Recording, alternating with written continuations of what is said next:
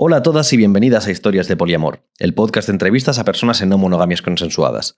Yo soy Mario. Y yo soy Davinia. En el programa de hoy vamos a entrevistar a Edu y a Sigma. En este programa solo va a haber entrevista, no hay introducción ni nada porque la entrevista es larga, pero es que teníamos muchos temas muy interesantes que tratar y ya nos dejamos cosas en el tintero. Así que creemos que esto se viene potente. Exacto. De hecho, este iba a ser el último programa de la temporada, pero os queríamos hablar un poco sobre cosas del podcast, así que vamos a hacer un final de verdad de temporada, casi una especie de pequeño epílogo, una especie de historias de poliamor mini o historias de poliamor Summer Edition, como quieras, que no sea muy largo porque ahora mismo sudamos porque hay que cerrar las ventanas para que no entre ruido, en el que solo estaremos Davinia y yo. Sí. Pero no va a ser un programa de estos de relleno de mejores momentos, aunque sí que haremos un breve repaso de la temporada y hablaremos un poquito sobre el futuro del podcast. Así que estad atentas porque en unas 2 semanitas o así saldrá y nos podréis escuchar despedirnos de la temporada como se merece. Yo creo que directamente lo que podemos hacer ahora es presentar a las entrevistadas, meter la intro y ya directamente nos metemos de lleno en la entrevista. Las entrevistadas. Bueno, de hecho, yo a quien puedo presentar más es a una de las personas a las que entrevistamos, que es Edu. Liedu, creo que se me oye en la entrevista a llamarle, que es como le llamo actualmente porque con ella hablo en catalán habitualmente. Edu es una persona a la que conozco desde hace muchos, muchos años, desde mis inicios, muy inicios en el poliamor. Es una persona a la que he visto evolucionar mucho en estos últimos años, con quien he tenido debates hiper interesantes, con quien no siempre he estado de acuerdo, y esto creo que es una de las cosas más interesantes, poder hablar con personas con las que no estás de acuerdo y aún así seguir adelante y acabar militando en los mismos espacios y tirando hacia adelante hacia los mismos objetivos, en realidad, después de muchas conversaciones intensas. Así que para mí es muy interesante esta conversación que tuvimos con ella. Y cuando le propuse esta entrevista, me propuso hablar con Sigma, que es la otra persona entrevistada, con quien, bueno, Edu ya nos cuenta en la entrevista. Pero bueno, adelantamos que tienen un proyecto junto con más gente de convivencia en una casa un poco en mitad del campo, sí, básicamente, y es un proyecto súper chulo del que nos hablarán.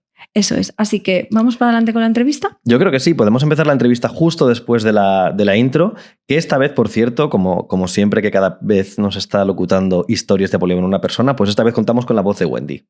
Dicho lo cual, ¿empezamos? Empezamos. Historias de poliamor. No monogamias consensuadas en primera persona.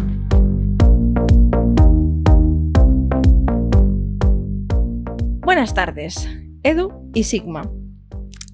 Habitualmente, esto es unas preguntas que hacemos antes del programa, pero creo que esta vez está muy guay que os hagamos esta pregunta delante de todas las personas que nos están escuchando. Edu, ¿cuáles son tus pronombres? Yo normalmente utilizo pronombres neutros o femeninos. ¿Y Sigma? Yo uso pronombres neutros.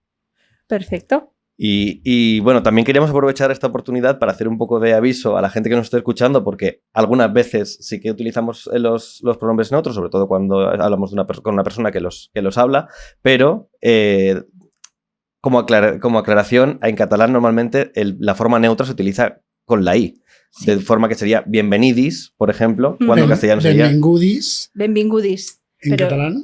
Ah, bueno, Dios mío, socorro, cierto. Pero...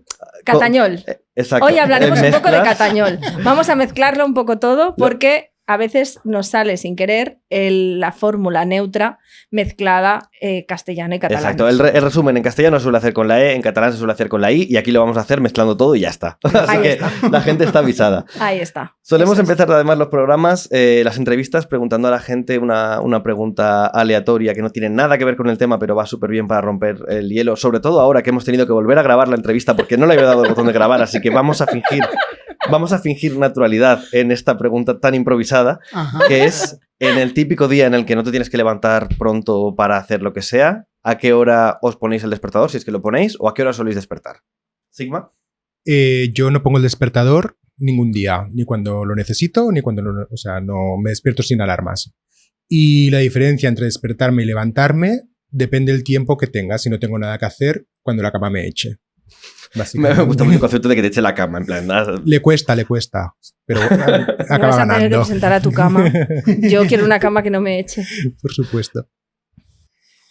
Pues yo me alegra mucho que me hagas esta pregunta. Sí, me pregunto cuál será tu respuesta, como si no la supiera ya, pero bueno, ya está. No, yo en general, pues si me tengo que levantar necesito un despertador, pero si tengo el día libre, odio ponerme el despertador, o sea que no me lo pongo. Y lo que sí que pasa es que, pues supongo que por la edad, pues ya me cuesta alargar las mañanas en la cama y normalmente entre las 8 y las 9 ya me despierto y bueno, doy 2 vueltas. A veces doy 2 vueltas y funciona y sigo durmiendo y a veces no puedo seguir y me tengo que levantar. Es que es horrible porque en estos momentos de ay, qué bien, mañana me puedo levantar a la hora que quiera, no tengo nada que hacer, voy a dormir hasta las tantas y descansar y más hoy que me acuesto tarde, lo que sea, a las 8:30 de la mañana ya estoy con los ojos abiertos como un búho y a las 9 me he cansado de estar en la cama, socorro, y tengo que salir de ahí. Así que bueno. Total. Bueno, yo duermo poco. Vamos a dejarlo ahí. El resumen sería, Davinia duerme poco, me gustaría dormir más. Mi cama sí me echa. Perfecto, pues tras estas respuestas que la gente no sabía, pero nosotros ya sabíamos porque ya nos acababa de preguntar, ahora estoy grabando, lo juro. Yo creo que podemos empezar propiamente con la entrevista y adentrarnos un poquito más en vuestra trayectoria personal dentro de las no monogamias y cómo habéis llegado al punto en el que estáis. Así que bueno, pues por hacer un poquito de orden vamos a empezar por una de vosotros, en este caso con Edu y bueno, Sigma. Tú, a efectos prácticos, vas a ser un entrevistador en mes. Si quieres preguntar, pregunta, pero por ahora es el turno de Edu de explicar un poquito de su vida, cuando quieras. Vale, pues yo empecé, la primera relación abierta que tuve fue en el año 2009, con una persona con la que me vinculé, que empezamos a plantearnos como desde un nivel más político, como que, bueno, que el modelo normativo del amor pues no nos encajaba demasiado, ¿no? Y entonces desde el principio ya empezamos a plantear una relación abierta, pero sin saber ni tener ni idea nada de poliamor, ni haber escuchado nunca nada. Más bien simplemente era como, bueno, o sea, la exclusividad sexual no va con nosotros, el hecho de que exista como acuerdo no va a impedir que si tiene que pasar, pasa igualmente. Entonces vamos a ser sinceras, ¿no? Y no tiene mucho sentido que pongamos una exclusividad sexual. Y empezamos por ahí. O sea, ya desde el primer momento que os conocéis. Sí, yo había tenido algunas relaciones anteriores, pero todas habían sido bastante más normativas, ¿no? En este sentido del modelo de amatorio, ¿no? Digamos, algo así. Y luego más adelante, yo en ese momento estaba viviendo en Ecuador, en 2016 regreso, sí que, o sea, antes de regresar sí que había como evolucionado y habíamos indagado un poquito más, ¿no? Sobre qué era esto de las no monogamias y demás, pero es en 2016 cuando vuelvo y regreso a Barcelona que ya sí empiezo a escuchar y como que empiezo a cultivarme más en este modelo que era algo que me hacía más coherente con lo que yo pensaba, ¿no? Entonces, a partir de ahí, en 2018 llegó mi primer Eixams. Eixams, que ya es algo de lo que hemos hablado alguna vez, pero es un encuentro de activismos, entre otras cosas, sobre no monogamias, pero también sobre otros ejes distintos. Y para mí ha sido una escuela, no solo en no monogamia, sino también en feminismo, trabajando en mis masculinidades, en mi modelo como hombre en ese momento. Y el modelo relacional ha ido evolucionando, ¿no? Conforme he ido aprendiendo y conociendo y experimentando diferentes formas de entender las no monogamias éticas, he ido evolucionando, entendedme, sí. O sea, no evolucionando desde un lugar de ahora soy un ser de luz, ¿vale? Sí, que no somos Pokémon. Pero, sí, exacto. Sí, pero que hay cosas de ti van cambiando y las ves muy diferentes. Exacto. Entonces he llegado a una idea más de anarquía relacional, que es donde me ubico en los últimos tiempos, más o menos. Entonces he ido construyendo una red de relaciones afectivas diversas, y ahora, pues desde hace 1 año y medio vivo en una comunidad intencional que para mí es ahora mi vínculo principal, con la comunidad. 8 personas más con las que comparto vida. Una de ellas Sigma, ¿no? Aclaremos que no solo comparten vida. Esto es algo que a mí me tiene muy flasheada de esta convivencia, y es que sé lo que vas a decir. Solo tienen un baño. Wow. O sea, ahí entiendo el por qué nosotras en casa somos 2 y a veces hay visitas de 3 y nos es difícil. Yo creo que podemos como ir guardándonos los temas de la convivencia y de la comunidad, de la convivencia intencional para más adelante, porque creo que da para su propio tema aparte, pero 8 personas y un baño me parece... 9 personas y un baño. 8 personas y yo. Digo, la novena es el baño. No, porque yo comparto con 8 personas. Vale, más, vale, claro, sí, claro. Pero somos 9 en total. Hoy se ha demostrado que no sé hablar y tampoco sé contar. Perdona. No, pues ya está. No, me parece, de verdad me parece tan fascinante que es como, no quiero ahora pasar por encima, pero luego nos metemos a fondo porque me parece brutal. Sí. Pues eso, que ahora siento que, o sea, que mi vida ha cogido mucha más coherencia, ¿no? En ese sentido. Y pues mi vínculo principal es la comunidad, pero también tengo otros vínculos que se podrían entender para que el mundo mainstream, no sé si nos está escuchando, pero creo para que no mucho, pero algo hay.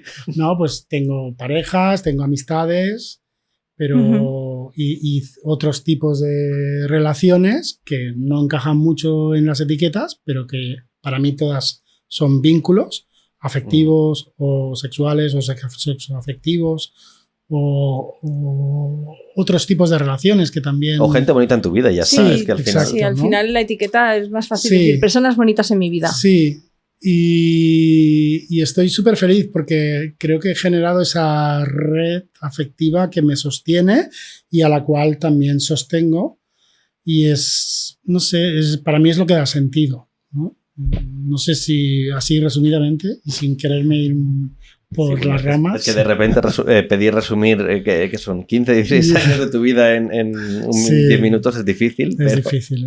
Yo creo que te hemos podido seguir bastante bien. Vale, pues Sigma, si nos quieres explicar ahora... Sí, por supuesto. Yo no fui muy consciente a nivel quizá cognitivo de qué momento entré en las no monogamias.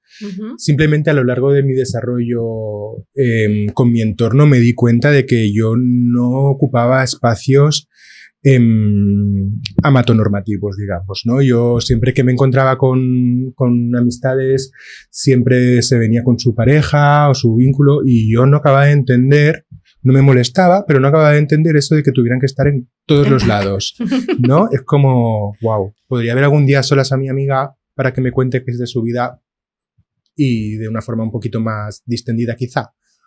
Y sí que me daba cuenta que eso no era para mí. Vale. Dije, es que no lo entiendo. O sea, ¿puedo compartir momentos? Puedo compartir momentos. ¿Tengo que compartir todos los momentos? No va a ser conmigo. De hecho, ya mis relaciones de amistades, yo siempre lo digo, no encontrarás a 2 personas de mi vida que lo sepan todo de mí. Para conocerme enteramente tienes que hacer el puzzle con lo que sabe diferentes personas de mí. O sea, pero no por nada, sino porque con cada persona... Es un secreto de Estado. No, en absoluto, si no, no lo estaría diciendo, pero con cada persona me relaciono desde una esfera diferente o desde unos intereses en comunes muy concretos, y que a lo mejor con otras personas, por lo que sea, no se ha dado, y cuando coincidan, pues a lo mejor lo descubren, y me parece divertido también, ¿eh?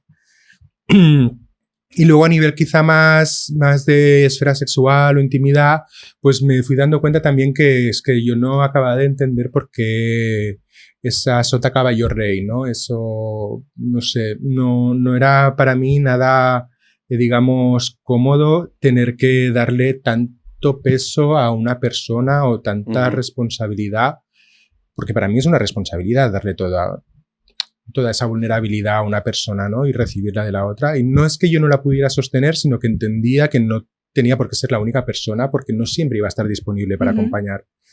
Pero, o sea, todo este relato lo he tenido después. Vale. Primero me di cuenta de cómo yo estaba viviendo y luego me he dado cuenta en a través de charlas, también he ido a un Shams. Me he estado, pues eso, compartiendo con otras personas que se relacionan de forma no normativa, de que en realidad lo que a mí me estaba pasando, o como yo lo estaba viviendo, ya tenía un nombre, o ya había gente que hablaba de una anarquía relacional y demás, ¿no? Entonces, para mí hacía muchísimo sentido también. Y también la esfera sexual para mí no es nada tabú, la he compartido siempre con quien me ha apetecido y cuando de esto. Entonces, para mí eso no, pues como decía Edu, ¿no? Hace un rato, no le quita, ¿cómo decirlo? Que una persona tenga o comparta conmigo esa esfera sexual no implica que tenga ya plenos derechos en otras esferas o que tenga que ocupar el resto de espacios como el resto de parejas normativas, quizá, ¿no? Y sí que es verdad que en algunos vínculos me ha traído pues más de un desentendimiento, quizá. No sé cómo decirlo, pero bueno, forma parte de cómo me relaciono. O sea que separarme de esta forma de relacionarme tampoco me hace sentido y menos ya a mi edad. Menos ya a mi edad, como persona de 80 años. Va a ser el primer... Aquí me siento muy identificada del programa. Ya ha caído pronto.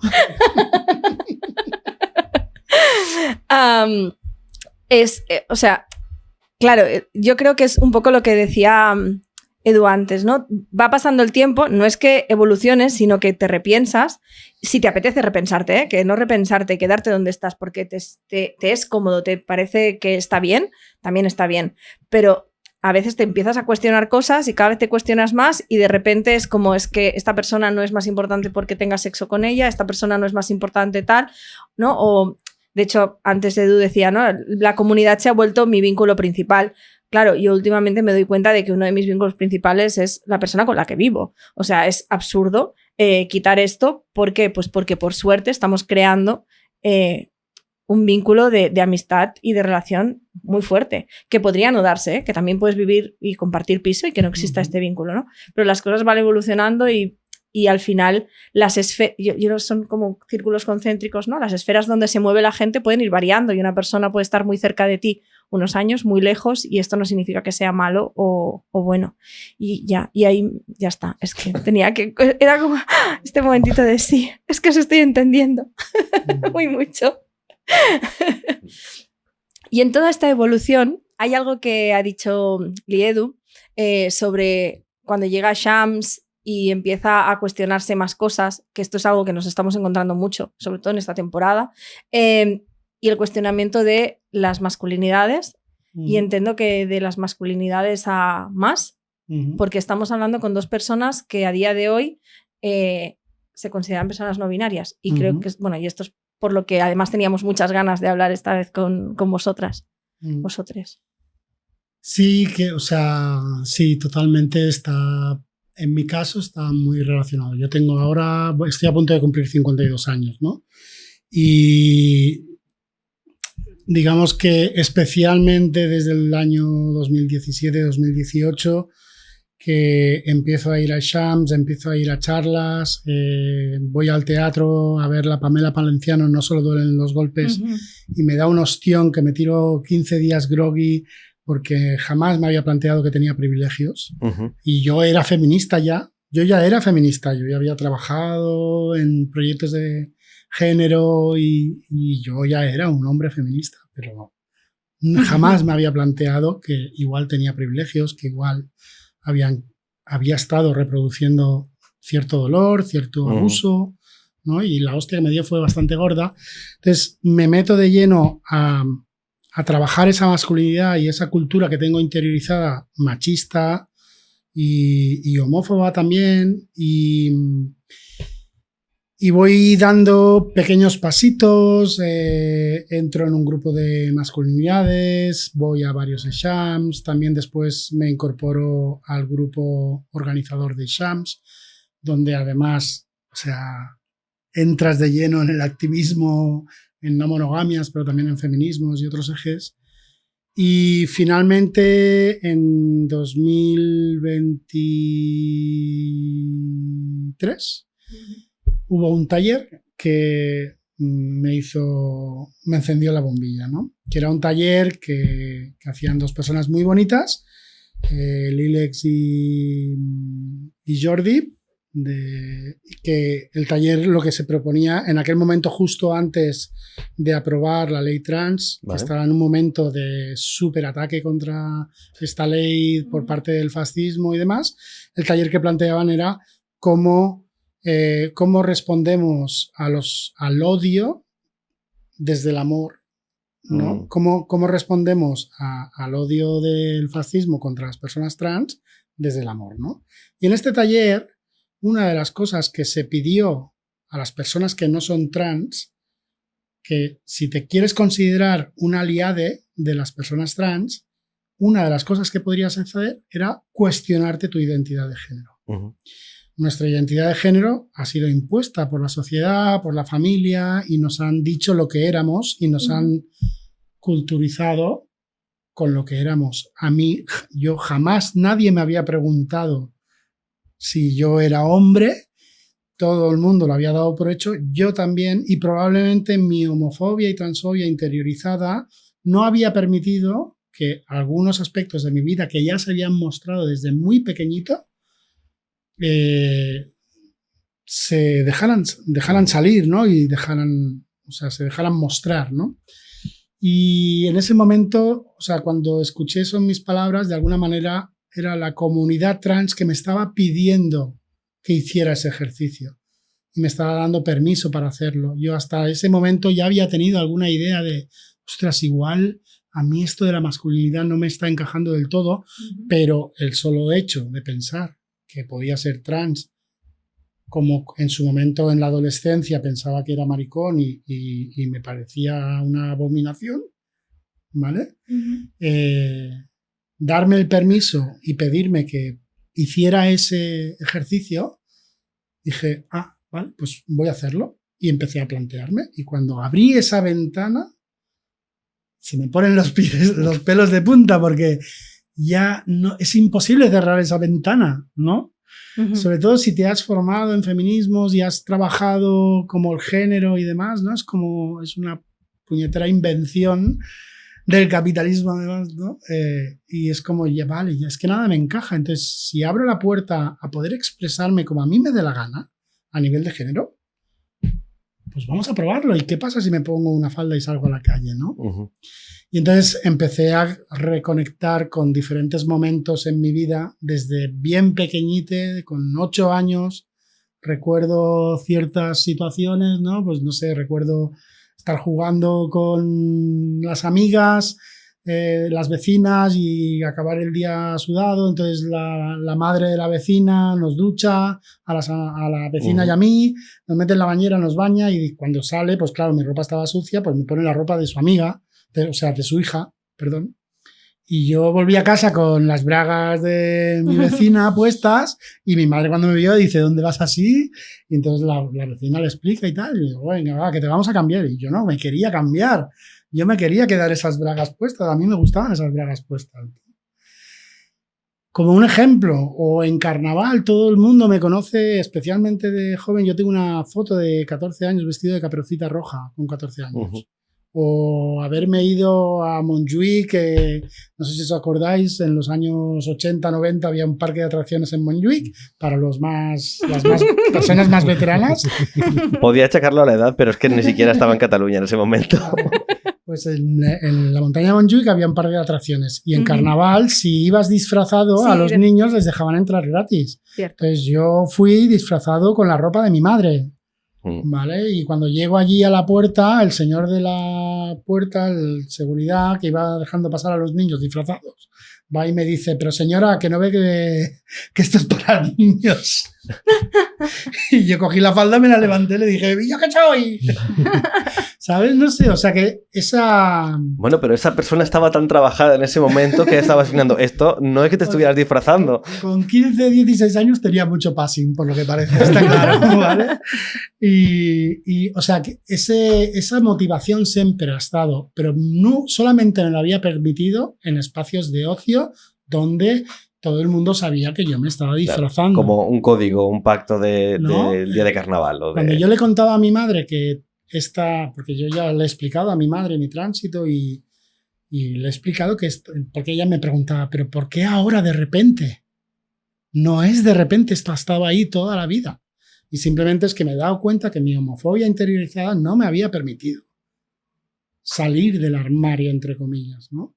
Entonces, cuando yo ya empiezo a tomar conciencia y siento que hay algo en mí que ya está candente, que ya está como queriendo salir, también mi relación cercana con otras personas no binarias o trans, y viendo la realidad de las personas que no tienen elección, ¿no? Que lo sienten como algo que necesitan hacer y no pueden no hacerlo. Yo la verdad es que lo he hecho desde el privilegio, lo tengo clarísimo, ¿no? Pero hay personas que no.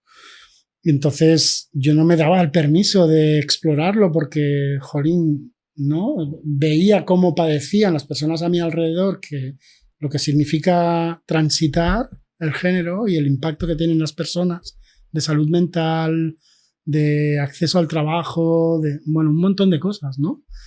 Entonces yo no me daba el permiso para hacerlo, ni siquiera para planteármelo, pero cuando desde el colectivo, en ese taller, desde el colectivo trans, me estaban pidiendo que lo hiciera, es como que se me abrió la puerta, ¿no? Se me puso una alfombra roja y fue una maravilla. Para mí la experiencia de tránsito ha sido, obviamente ha tenido sus dificultades, pero lo ha hecho en un momento en que a nivel personal tenía todo el sentido para mí, tenía la fuerza, la energía para sostenerlo, y todo mi entorno a nivel laboral, a nivel activista, a nivel de relaciones ha sido favorable y lo ha acogido súper bien.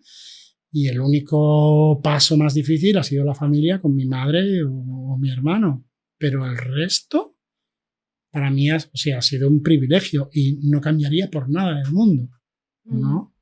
Este cambio.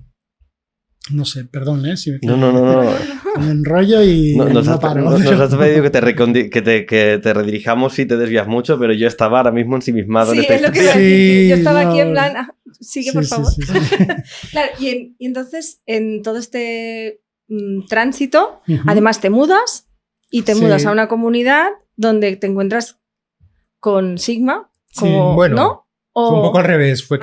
Vamos a retroceder en el tiempo y centrarnos un ratito en ti y convergemos entonces. Converjamos en qué momento, sucede esta...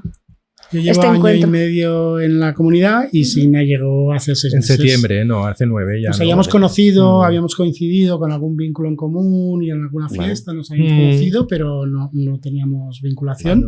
Y llegó a casa hace 6 meses. Nos conocimos, bueno, 6, 8 meses. 9 ya. Vale. Pues eso, como remontándonos un poquito también y así vamos haciendo un poco el juego de en paralelo. ¿Cuál es tu relación o cuál ha sido tu relación con el género? Bueno, esta todavía se remonta antes a que las no monogamias. A mí desde pequeño nunca me validaron como hombre. Vale. Ni como niño, no tenía la conducta, no me gustaba el fútbol, no tenía la ira no la gestionaba como el resto de compañeros de clase. Las otras emociones no se me permitían como al resto de las personas leídas como hombres, entonces como yo sí que las transitaba y las compartía, no se me validaba como hombre. Vale. Entonces también fue muy cómodo para mí rechazar si es que ese hombre quizá no es lo mío, ya me está bien, ¿sabes? No soy niño. Y luego con el tiempo siempre fui pues la marica, la feminizada, siempre el pelo largo, decolorado, pelo planchado, ropas de colores, bueno, como bolsos, bueno, para ir a la playa iba en tanga o nudismo, o sea, como todo un constructo que se hace alrededor de las feminidades, ¿no? Que yo estaba muy cómodo ahí, pero como tampoco o no me depilaba, o no iba con el de esto, o tenía barba, o lo que fuera, tampoco se me validaba como mujer. Y tampoco era algo que a mí me molestase, en realidad.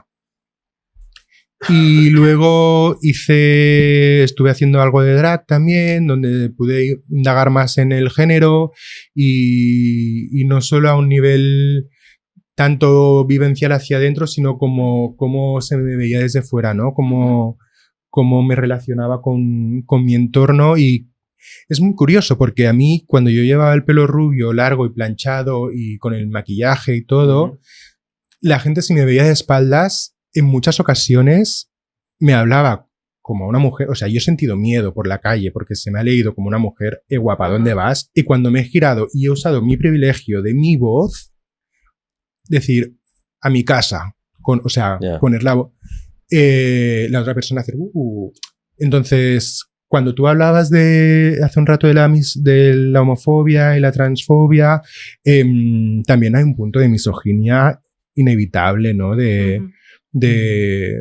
Aunque a mí se me lea de una forma según cómo performe lo que la gente entiende como género, sé que puedo recurrir a un privilegio para salvar mi vida, porque al final, aquí, en esta sociedad cis-heteropatriarcal, parece que nos va la vida en ello, ¿no? Entonces, pues al final también creo que la identidad no es algo que te construyes tú sola desde dentro, sino que tu entorno siempre aporta su granito de arena, ¿no? Y al final abracé la no binariedad como espacio de hecho mi nombre, bueno, luego os lo cuento si no, como espacio de duda, como espacio de cuestionamiento, incluso de juego, de qué se performa, pues lo que decía Edu, ¿no? Cuando tú naces, directamente te dicen cuál es tu género, aparte de tu nombre, tu género, y qué conductas... Y te ponen unos pendientes, claro, en el caso de que seas mujer, qué conductas se te permiten acorde al género que tienes, Sí, ¿no? sí, o sea, no corras, no saltes, no grites, tienes que llevar falda, no hagas esto porque esto no es adecuado para señoritas. No te vayan a confundir con... Puedes llorar, no puedes llorar... Sí, porque llevas eso, esto es ropa de hombre, pues mira, es que de mujer no hay de mi talla, señora. Exacto. Y bueno, pues yo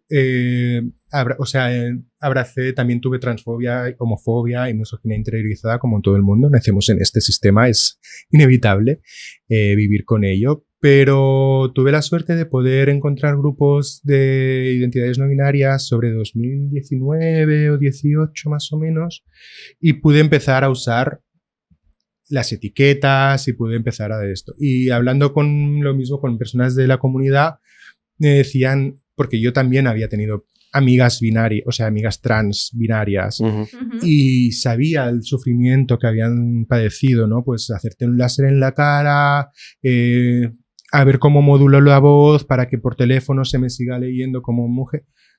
Entonces entendía todo ese sufrimiento y yo rechazaba bastante la etiqueta trans, hasta que hablando con gente de la comunidad entendí que yo lo que estaba haciendo era otro tipo de transición. Quizá no recurría a hormonas o no recurría a tratamientos estéticos para poder feminizar mi identidad, pero tampoco lo necesitaba porque mi identidad tampoco era masculina del todo. O sea que abrazando un poquito eso, ¿no? Entonces, siempre respetando quién quiera usar y quién no quiera usar las etiquetas, creo que están a disposición para las personas, no como imposición.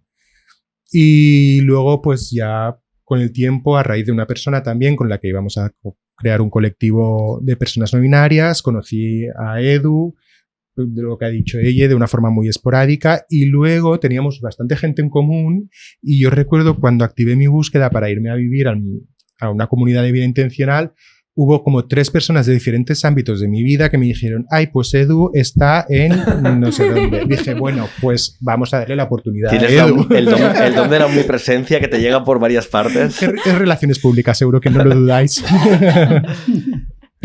Pues bueno, muchas gracias también a los dos por compartir esto, porque creo que es súper valioso también poder entenderlo y vivirlo, porque al final, antes de la entrevista, una de las cosas de las que hablábamos era, vale, ¿en qué o sea, no necesariamente tiene por qué estar conectado no monogamias y no binarismo, pero a la vez creo que sigue habiendo unos ejes en común, y uno de ellos es que se hace un poco más fácil cuando lo puedes ver de cerca.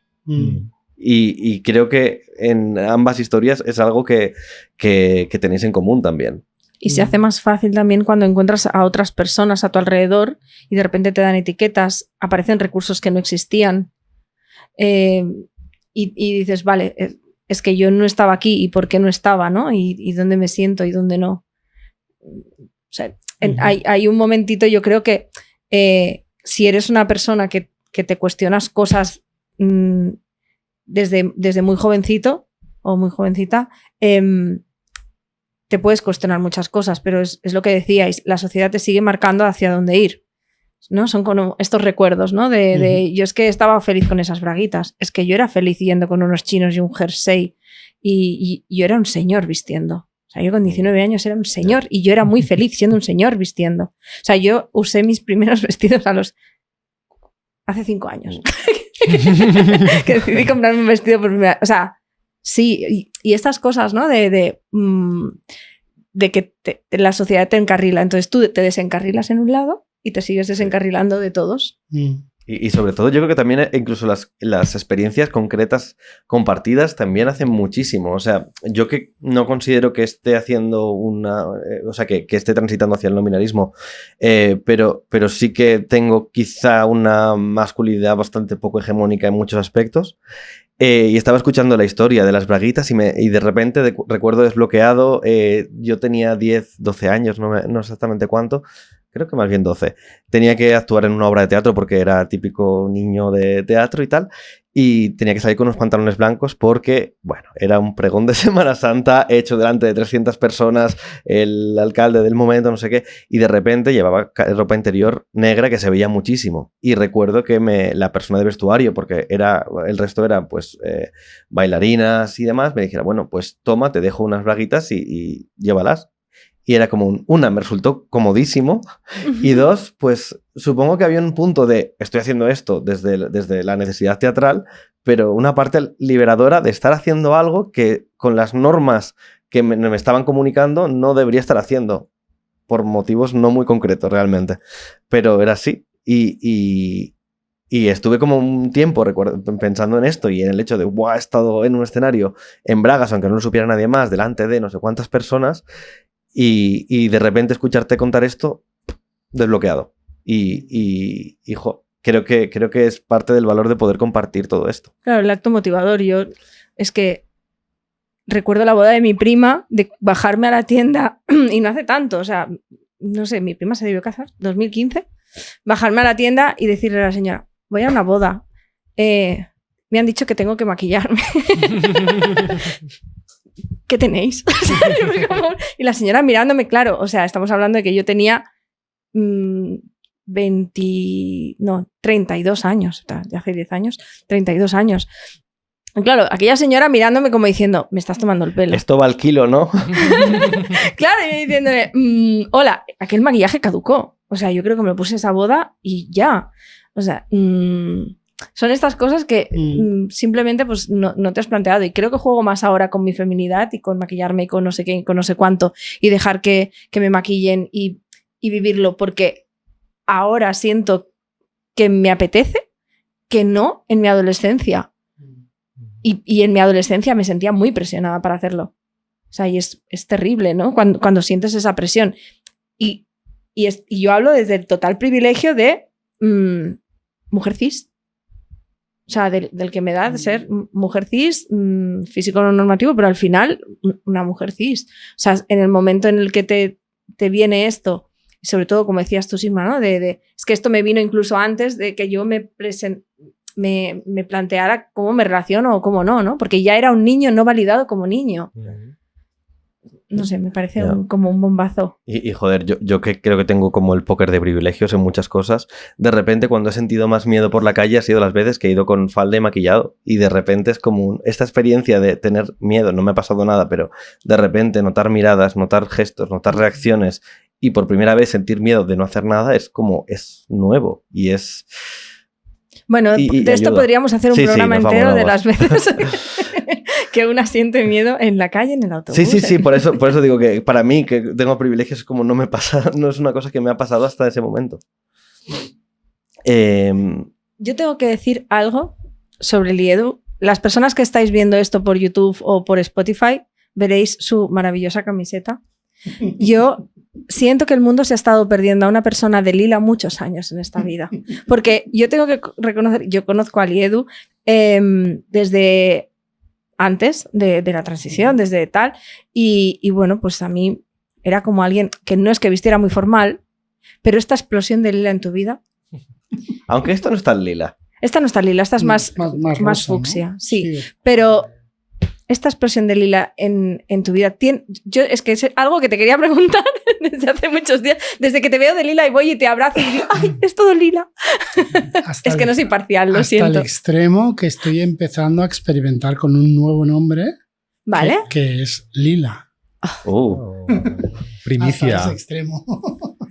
Conozco a alguien que se llame así. Sí, Yo también. Sí. Pero bueno, o sea, que sí. Sí, es muy curioso. Yo toda la vida entiendo que, o sea, yo me lo explico a mí misma porque tengo un cuerpo no normativo, entonces desde muy pequeña he rehusado todo lo que fuera color. Estética. Estética. Todo lo que fuera el culto a la belleza, maquillaje, ¿no? Y toda la vida he ido con tejanos, camiseta y bambas. Toda la vida, hasta los 49 años que empecé a transitar, ¿vale? Y bueno, la experiencia también ha sido... Tiene un lado bastante negativo, porque las miradas, las caras de desprecio, los escupir delante tuyo... O sea, wow. no han llegado a nada físico, afortunadamente hasta ahora, toco madera, ¿no? Pero no han sido agradables y eso no me cuesta mucho sostenerlo. Pero la parte positiva es que a mí jamás me habían parado en la calle para decirme ¡me encanta tu outfit! O sea, hubo un día, una anécdota, es que ya es el extremo total. Entro en el metro de Colot y tal como giro para entrar al túnel, al fondo del túnel, una chica me ve y empieza a gritar y a hacer aspavientos con los brazos. ¡Buah! ¡Qué flipe! Claro, es verdad que iba con falda lila, camisa de flores y lila y una maleta lila, ¿vale? Y entonces... ¡Buah! ¡Me encanta tal! Llega, por favor, ¿te puedo hacer una foto? Y yo, pero ¿en serio? ¿Hace falta que me hagas una foto? ¿Por qué? Puedes buscar color lila en Google y claro, no. Sí, por favor. Y saca una cámara de estas como automáticas, pero de usar y tirar, ¿sabes? ¿De las que te imprimen la foto al momento? Sí. No. De carrete, ¿no? Vale. O de carrete, a lo mejor, pero no lo sé, pero de estas... Vale, en fin, es igual. Una cámara pequeña y casi sin darle el permiso me planta la foto y entonces me suelta y me da una tarjeta porque es una influencer de moda que estoy siguiendo, se llama ¿cómo es? Baikami Sosa, perdón. Vale, me dio la tarjeta y me dice, no, yo la cuelgo y te la paso, no sé qué. Y yo, vale, lo que tú quieras. O sea, ¿sabes? Esas... No sé, es como un subidón de... O sea, nadie se había fijado en mí hasta ahora y ahora de repente... Y ojo, que también el privilegio que eso conlleva, ¿no? También como hombre o persona que se ha socializado como hombre durante toda la vida, como el cambio, pese a que tiene también unos ejes de opresión obvios, esas cosas que os he contado y muchas otras, también puede llegar a aumentar también el privilegio, ¿no? Especialmente en espacios feministas, alternativos, etcétera. Yo ahora soy mucho mejor aceptada que antes cuando me presentaba como hombre cis, ¿no? Que siempre había como algo el de recelo. Sospecha, un recelo, siempre estaba, ¿no? Y siempre tenía que demostrar. Y ahora, para mí también ha sido una de las mayores alegrías el que se me ha acogido de una forma maravillosa, ¿no? Y sentir por primera vez en mi vida lo que es la sororidad, ¿no? Conmigo misma y con la comunidad feminista, para mí es uno de los mayores regalos, ¿no? Y también... O sea, quiero tener presente también ese plus extra de no te olvides, ¿no? De que no está todo el trabajo hecho, que sigue habiendo una cultura de 49 años que he mamado como hombre cis y eso sigue estando ahí. A mí me venía cuando tú hablabas del privilegio, es cierto que en ocasiones te da privilegio, porque es verdad, pero el hecho, yo también no, como tú, tengo otro estilo, pero también uso y abuso mucho del color a la hora de vestir. Y además soy una persona también muy alta, como tú, o sea, somos personas que ocupamos mucho el espacio y además nos vestimos de forma muy llamativa. Y eso, además de darte un privilegio, perdón, también te expone en algunas ocasiones, ¿no? Porque te expone y te muestra vulnerable, porque de repente lo que tú decías, ¿no? ¿Cuántas veces a mí no me habrán escupido, o sea, no a mí, pero delante de mí al suelo, en la calle, o sea, y de escucharlo por detrás y saber que no hay nadie más en la calle y es por mí? O sea, que sí que es verdad que me siento afortunada y yo he vivido 40 años casi en Barcelona, eso me ha permitido ser quien soy y a pesar de exponerme, como la ciudad te da ese punto de anonimato que no te dan los pueblos, he podido permitirme el lujo de exponerme, irme al pueblo cuando yo he querido, también te lo digo. Pero bueno, que solamente quería como compartir eso, ¿no? Claro, porque en lo rural, o sea, iba a deciros precisamente, o sea, ahora mismo donde vivís, vuestra comunidad, no está precisamente en una ciudad grande ni en una población grande. Y esto también es algo que muchas veces hemos hablado como de algo que atraviesa incluso a las personas en no monogamias, a las personas trans, a las mujeres en general, que vivir fuera de grandes ciudades donde puedes encontrar grandes comunidades no deja de ser un problema. O sea, un problema. Sí, bueno, porque al final la gente te mira como... o sea, algo como muy absurdo, ¿eh? Pasé unos días en Gijón. No hablamos de una ciudad pequeña. Las abuelas se levantaban del asiento en el autobús cuando me sentaba a su lado. Y no es que se fueran porque tenían que bajar a la siguiente parada, se cambiaban. O sea, no todo el mundo. Pero de repente me encontré que por llevar piercings, un cacho de pelo rapado y el pelo de colores, era bastante rara en aquel lugar. Entonces, y es esto, o sea, simplemente hablamos que no estoy en Barcelona, estoy en otra ciudad más pequeña. Entonces, pero también es una ventaja. O sea, yo... Tengo sitio donde sentarme. Claro, no sitio donde sentarte, pero sí vas tranquila porque siempre vas sola. Bueno, te hace un poco de filtro, ¿no? En Manlleu, exacto. Nosotras vivimos en el Esquirol, pero cerca de Manlleu, ¿no? Y el tren, la estación de tren es Manlleu, la de referencia. El trayecto de Manlleu a Barcelona, en general, yo ocupo siempre los 4 asientos, me siento en uno y normalmente siempre viajo sola. Alguna chica de vez en cuando se sienta a mi lado. Pero... O cuando ya llegas más cerca de Barcelona en horas punta, que ya hay mucha más gente, ya no tienen más remedio, entonces se sientan al lado. Pero en general voy bastante sole y oye, ancha, ¿eh? Bien. Ahora con el verano se agradece, ¿eh? Sí, sí. Decimos esto mientras estamos sudando en esta entrevista. Porque el aire acondicionado no ha funcionado. Sí. Vale. Pues habrá que quitarse la ropa. Recordad que esto está en vídeo, que no se suba en YouTube. Pero bueno, eso. Es el tema que está sobrevolando un poco todo y lo ha presentado ahora Davinia, pero antes de entrar en vuestro caso concreto, ¿qué es una comunidad intencional? Bueno, como yo entiendo una comunidad intencional, y hablo en primera persona, como siempre creo que es en esta vida, para no dar lecciones a nadie, ¿no? Para mí una comunidad intencional es un grupo de personas con unos valores afines y con unos intereses para desarrollarse y para convivir, pues eso, ¿no? de forma comunitaria. Yo lo vinculo mucho también a las no monogamias, y esto lo hemos hablado con Edu en más de una ocasión, porque es una forma de jerarquizar diferente los vínculos, porque no pasas por el noviazgo, matrimonio, me caso, me hipoteco. Nada más lejos de la realidad. Es otra mirada y otra forma de quizá poner en duda lo que te han enseñado, ¿no? Lo mismo que te han enseñado a ser hombre y no he cumplido, pues lo mismo me han enseñado a formar una familia y tampoco voy a cumplir. O sea que voy a formar una familia, pero con mi criterio. Y para mí es eso. Y el hecho de vivir, pues 9 personas, hace mucho más fácil, en mi caso, tareas del día a día, por ejemplo, que donde no llega una, llega la otra. Vale.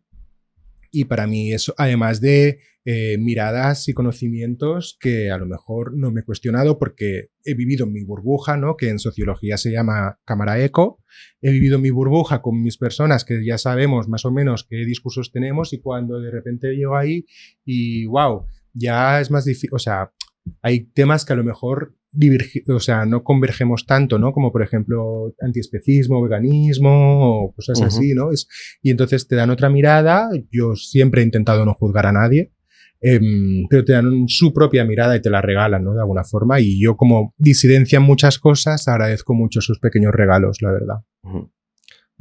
Porque entiendo que ninguno de vosotros estaba cuando se decide crear esta comunidad, pero ¿sabéis cómo fue este proceso?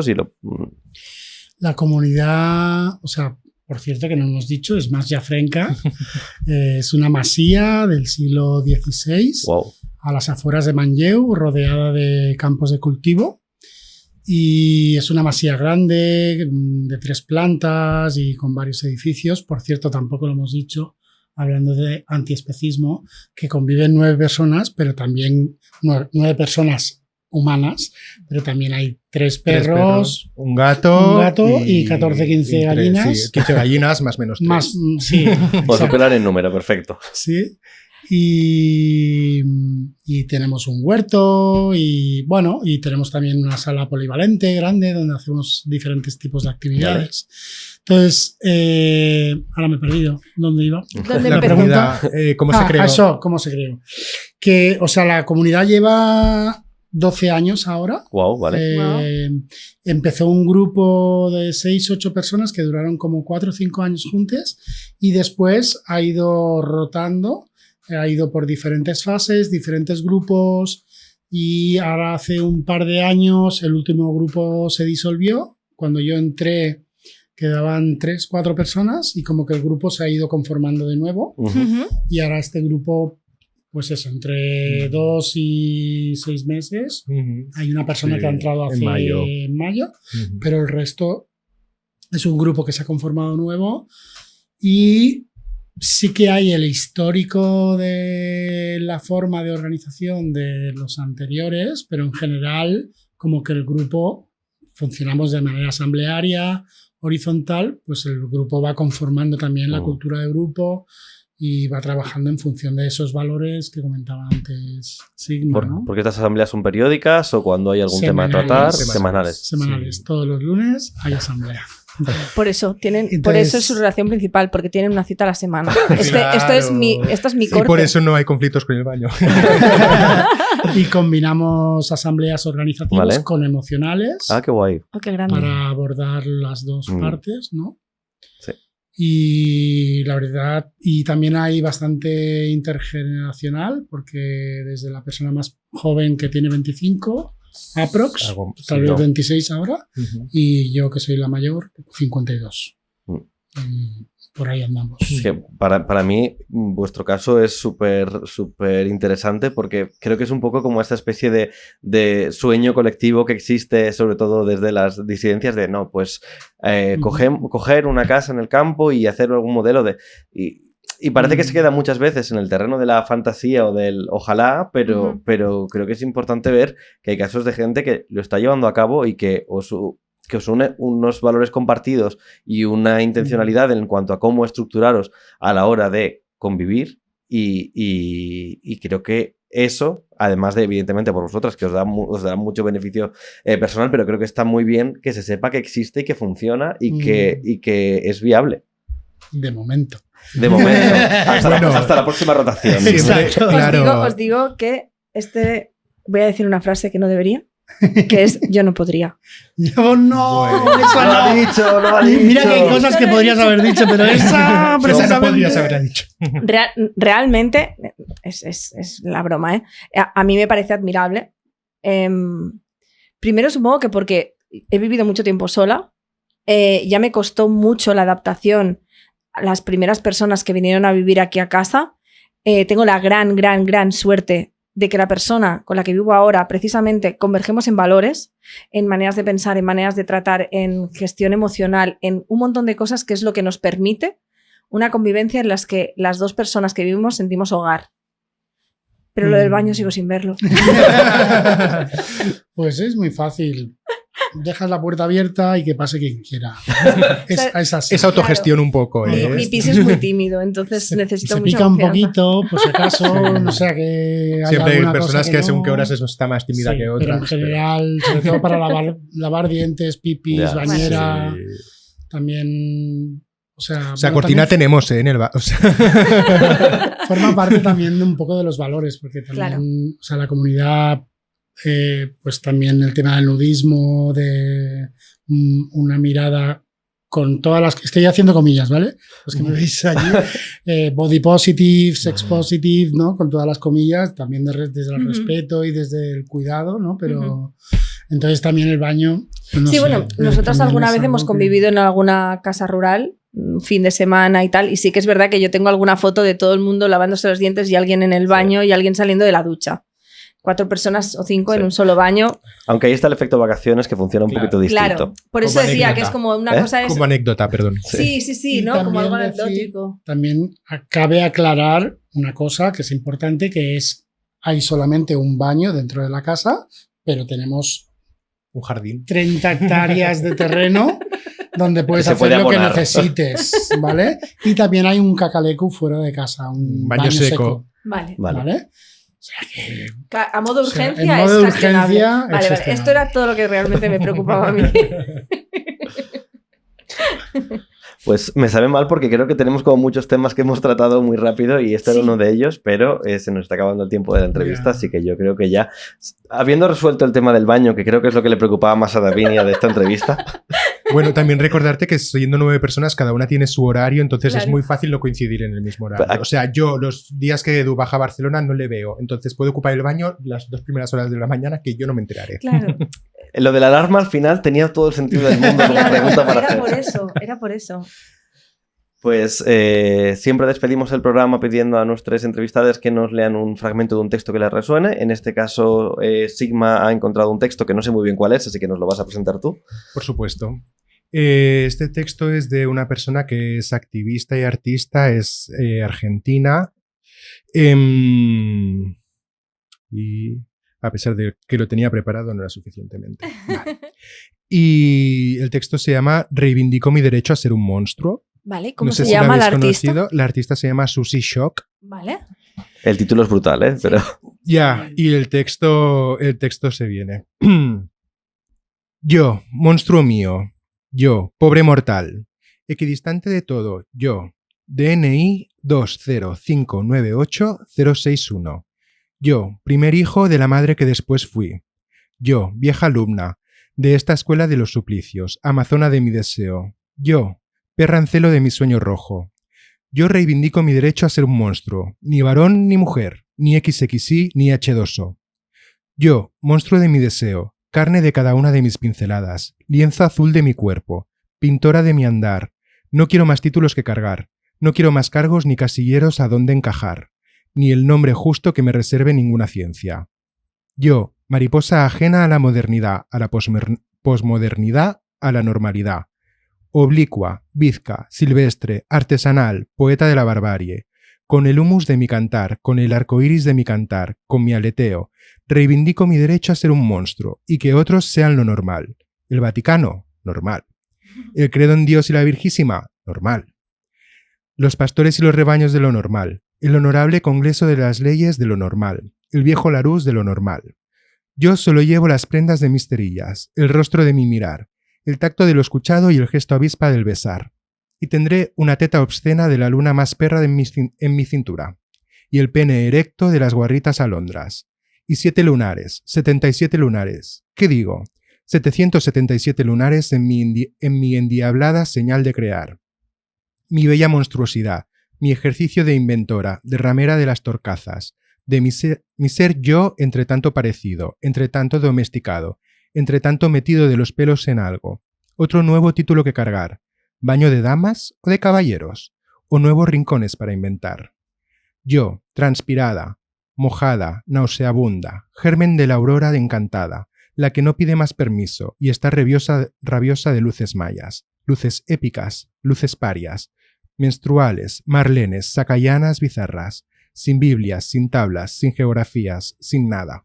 Solo mi derecho vital a ser un monstruo, o como me llame, o como me salga, como me puedan el deseo y las fucking ganas. Mi derecho a explorarme, a reinventarme, a hacer de mi mutar mi noble ejercicio. A veranearme, otoñarme, invernarme, las hormonas, las ideas, las cachas y toda el alma. Amén. Amén. Dice amén. Amén. Oh. Espera, Amén. ¿estamos todos muteados? No. No, ya vale, no, ya es no. que ya no me fío de ti hoy. Muchas gracias, ha sido brutal. A vosotras. Pues eso. Yo, DNI 45486, me lo estoy inventando, no os preocupéis. Os doy las gracias por pasaros por aquí, por explicarnos todo esto. No sé Y si gracias por venir a mi casa y por soportar que no haya aire acondicionado. Gracias a vosotras por Gracias. recibirnos. Sí. Amén.